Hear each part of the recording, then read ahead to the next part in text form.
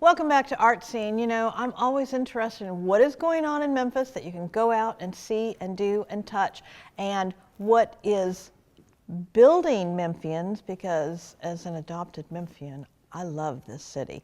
And I just found out about the Memphis Youth Arts Initiative, which I'd never heard of. I am so sorry about that. And I immediately called the head of it, Corey Travis. Welcome to the program. Hello, hello.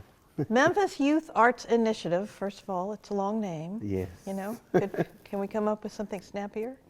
What is the snappy version of Memphis Arts Youth Initiative? A lot of people say MYAI. Oh, I thought they said Maya. Yeah, or Do they? Maya. Okay, good. Yeah, you can do that. What is the Youth Arts Initiative? So this year we're gonna adopt a shorter tagline, Memphis Youth Arts. We I love that. Memphis Youth Arts. We redid our logo and everything. But Memphis Youth Arts is definitely just a place to introduce music to students. I really birthed it out of my own adversity and challenges I had here in the city of a dream of becoming a band director. And so Why did you have adversity to becoming a band director? I wasn't adequately prepared in high school, as I thought I was, to major in music education. And I really loved my band director. I was the teacher, the band director's teacher's pet. I was a band head. I fell in love with band. And I think sometimes when we love band so much, we want to teach it. Well, but we yeah. don't think about the pedagogy and all the other stuff we have to know, the theory deeply to be an educator in it. And so once I dove into college and did all of that. Because there's substance behind all of the pretty music. It's so much. Yes. And you think because you can just play the instrument well, you're equipped to teach it, but that's not always the case. Okay, so I grew up in band. Okay. I was in band, and I loved my band director. And I was really good at sight reading. But there is music theory behind it. I couldn't do that. I don't I don't know how. And this is another reason you get out and enjoy these things on your own, because you find out there are brains that work differently than yours, and it comes out of their brain through their fingertips or their mouths, however the instrument is, and thank goodness it does, because I could not create that. Yeah, it's definitely something you learn, and I wanted to teach band. I had some struggles, but long story short, I'm a band director now. Yeah. My band director used to throw his baton at us. Sometimes I throw water bottles, maybe. Whatever's nearby. No. Yeah, well, I understand that. What instrument did you play in high school? So I started off on the trumpet. It was kind of hard. I liked it. My dad played the trumpet, and I didn't even know. He didn't even tell me. But I started on trumpet. It's the first thing I picked, and then I was intrigued by the drums. And plus, I was kind of a little fat boy, so it was hard to breathe and march and play and dance. So I was like, the drummers don't have to breathe. They don't have to blow into nothing. I'm gonna use my hands. So. I'm wondering if that's. I know a lot of drummers. Now I'm wondering that's why they chose them. Yeah, I moved to the drums. I was able to play the cymbals. I started with the cymbals. Loved playing the cymbals. Fell in love with that. I played a little bass drum here and there. Okay. Let's clear something up. Playing cymbals, you're just clapping two pieces of metal together. How is that?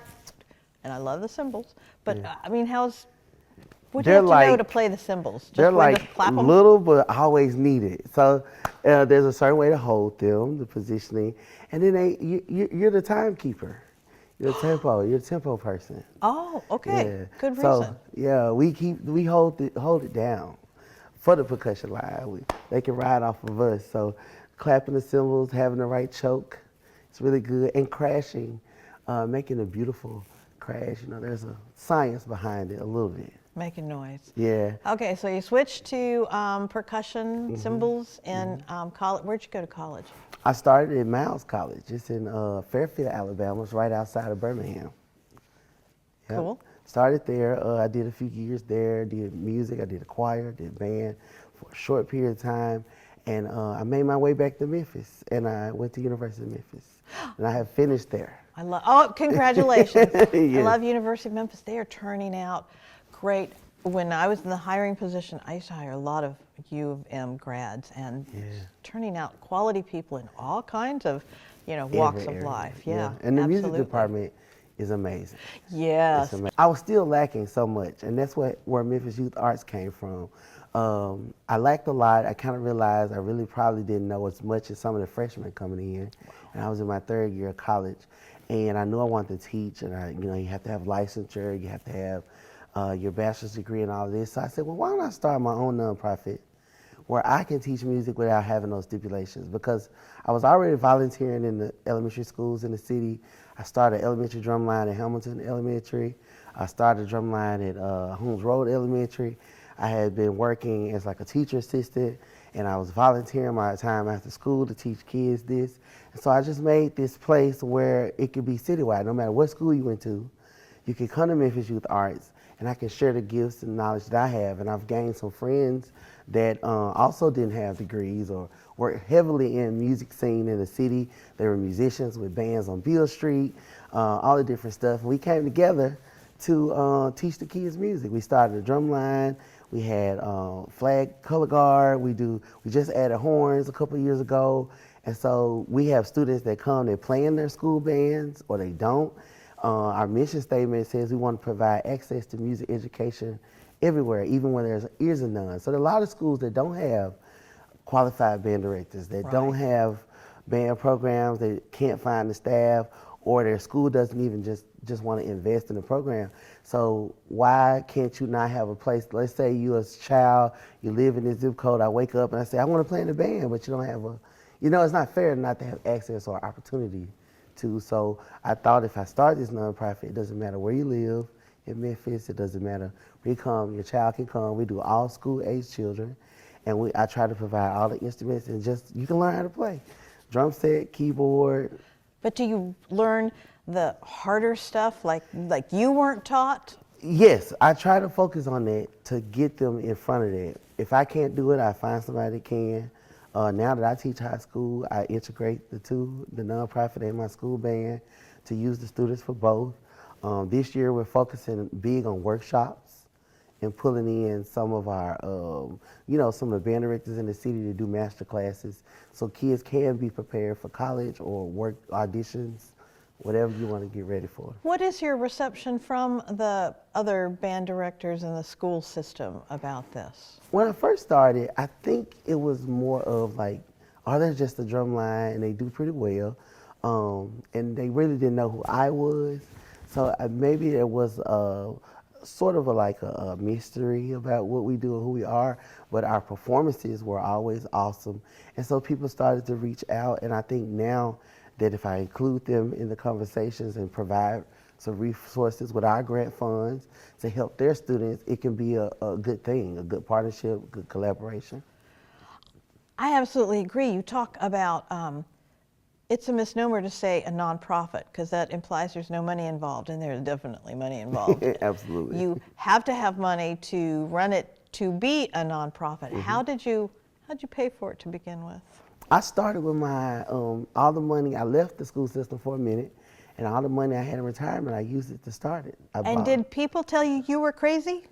Yeah, my sister did. Oh, a couple other people. But we were working with some great kids, and we're getting excited about all the programs we have now. We pull children in to do stuff all the time, and we do stuff with adults too. We had a group of adults come in and perform. So just taking my retirement to get a facility, start buying instruments, and things just started to roll. We've gotten large gifts from churches out of town. We've been to Transformation Church, for example. It's a big church. He's a large internet pastor. He saw our work on Facebook. That's awesome. And I brought all expenses paid. We flew 6 kids, myself, up there. We performed. He gave us $50,000. That's awesome. You have some pretty cool sponsors. You want to say thank you to any of them?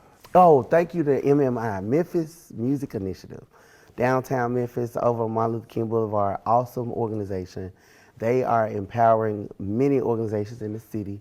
They work with youth in music, and they're awesome. And I've met some awesome other, leaders of nonprofits, other music organization. So you can contact them if you're looking for something for your child to do. The Memphis Jazz Workshop, us, Memphis Youth Arts. You have YAG, which is the Young Actors Guild. You have, all of us are under their umbrella for, you know, capacity building and stuff. And it's amazing to work side by side with these people. Here's the thing, Memphis is such a music town. I mean, it's in our DNA, and even though I didn't go on to become a symphony player or anything like that, I mean, I loved being in band. Yeah. And the friendships you make, the camaraderie, the chance that you get to travel, like you said, it's all part of building a person into becoming a wonderful adult. Yes, well-rounded. And that is our goal. Yes.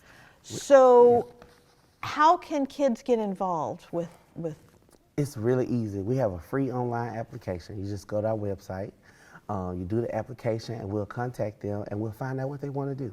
And we'll get them ingrained quickly on practicing, learning the instrument. If they already know how to play, what skills do you want to work on? What do you want to hone? And then when we have performance opportunities, we get all our kids together and we go out and perform. Do you get kids that know absolutely nothing, never picked up an instrument, never seen a band live or something? Absolutely. And what do they say? They're like, oh, I want to play this. Kind of like a kid in a candy store. And I let them kind of try out different stuff until we find their niche. And sometimes you have to force them to stay on one thing, and then they get better, and then they appreciate it. And then we all profit from it. I mean, Yes. there's no nonprofit there. Corey, thank you very much. We're going to end right here with Corey Travis. Thanks so much for being here. Absolutely. And you brought one of your students. And we're I going to hear did, from I did. Christopher next, so stay tuned.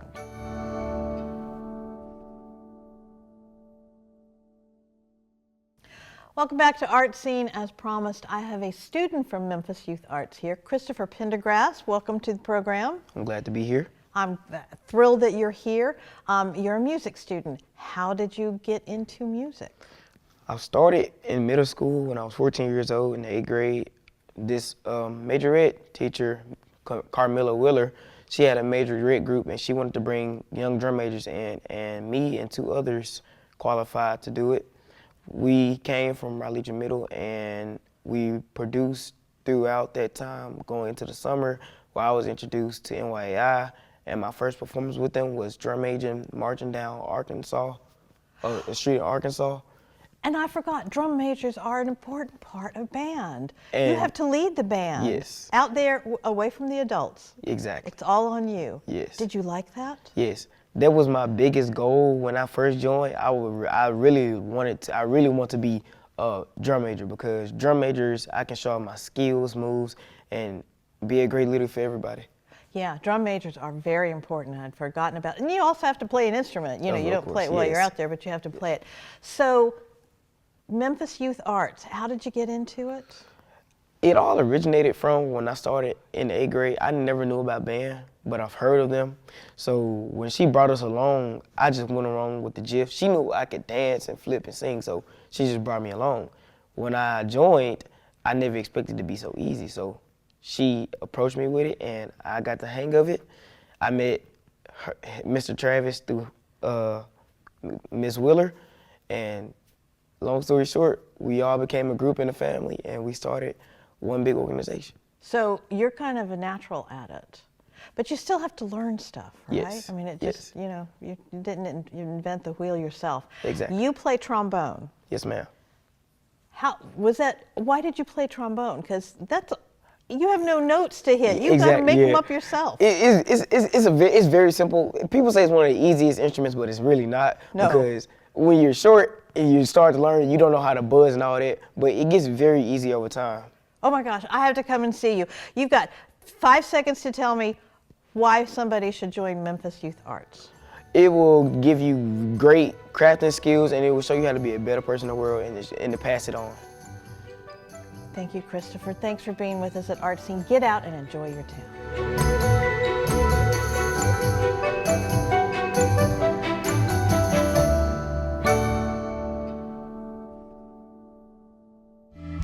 You're watching the Library Channel, a broadcast service of the Memphis